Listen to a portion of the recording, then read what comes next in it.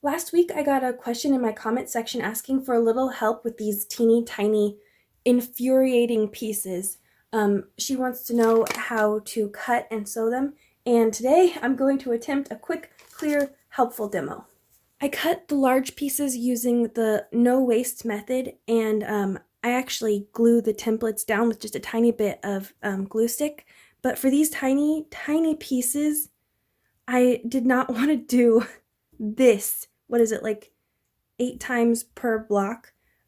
So instead, I've been cutting little 2" by 1.5" rectangles, and I fully admit that these are like an extravagant use of fabric. It looks like way too much fabric. But these pieces are infuriating. They're such a pain in the neck. I'm willing to sacrifice some of this fabric so that it comes out perfectly every time and I don't have to worry about it. The key to your success with foundation paper piecing, I think, is all about your setup. So you want your pressing surface and your cutting surface and your sewing machine to be relatively close together, so you don't have to be getting up and down a bunch of times while you're piecing your block. But the key to getting your pieces in the correct place is a strong light source. So you can hold up your piece and verify that everything is landing where you want it to go. Ideally, I would set up my light pad to the left of my sewing machine, but my cord doesn't reach far enough. So I use this bright light over on my work table instead. And I'm going to be thinking safety, safety, safety as I do this because I am prone to burning myself. So I want to pay attention to where the iron is pointing, and I want to make sure to keep closing my rotary blade after I'm done using it. I've pressed my first piece onto my freezer paper with the right side facing out. And now I'm ready to add this tiny little piece right here. So I'm going to fold it back along this pre-creased line, and I'll use my add a quarter ruler to even that up.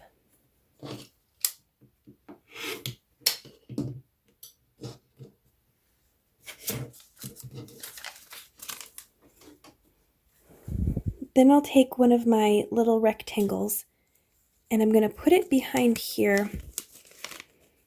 But before I sew it down, I'm going to hold it up to the light to make sure that everything is fitting correctly. So you can see right here is the shape that I'm trying to fill, including the seam allowance right beside it.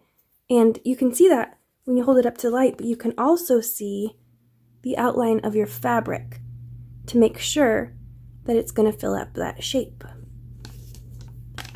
So it sort of gives you a preview of what the fabric is going to cover when you press it open.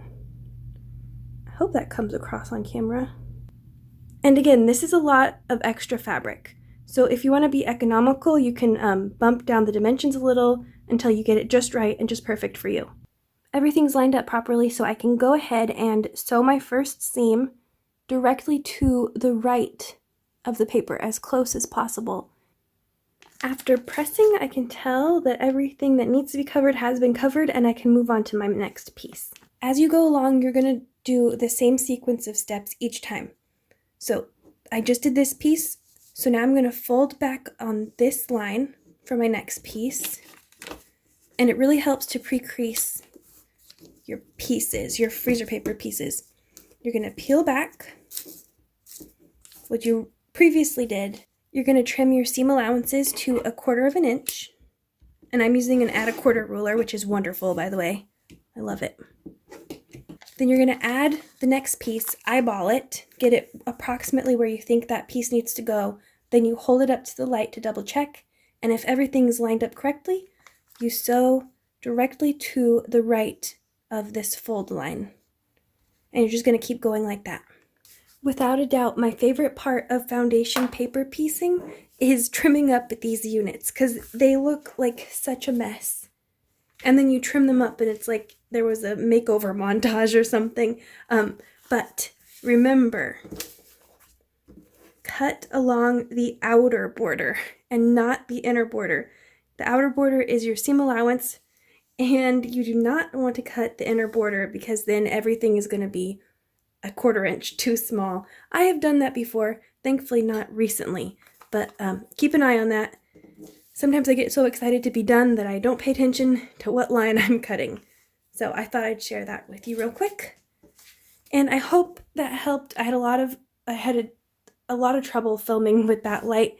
I'm hoping everything worked out just fine. So I'm going to trim these and then finish putting this block together.